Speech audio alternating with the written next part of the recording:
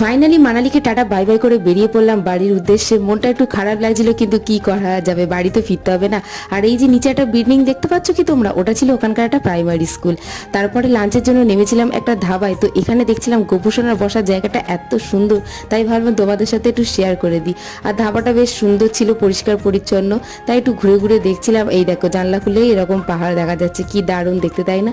এবারে খাবারের কথায় আসা যাক। ওখানে অর্ডার করেছিলাম গিয়ে চিকেন ফ্রাইড রাইস, আর ছিল কড়াই চিকেন আর তন্দুরি রুটি। চিকেন ফ্রাইড রাইসের কালারটা এরকম হলে কী হবে, কিন্তু একটুও ঝাল ছিল না, উল্টে টক খেতে ছিল।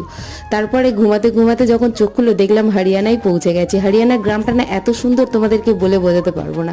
তো আমার বেশ খুব ভালো লাগছিল, এটাই এনজয় করতে করতে যাচ্ছিলাম। তারপরে পৌঁছে গেলাম কালকা স্টেশনে, তাই একটু ঘুরে ঘুরে দেখছিলাম। আর ওখানে গিয়ে প্রচণ্ড খিদে পেয়ে গিয়েছিল, তাই গিয়ে খেয়েছিলাম ফার্স্টেই একটা মানে ডিম টোস্ট। আর রাতে ওখানকার ক্যান্টিনেই খেয়েছিলাম রুটি, আর রুটি একটু বেশি হয়েছিল তাই কুকুর ছানাটা দিচ্ছিলাম। আজ ভিডিওটা এই পর্যন্ত।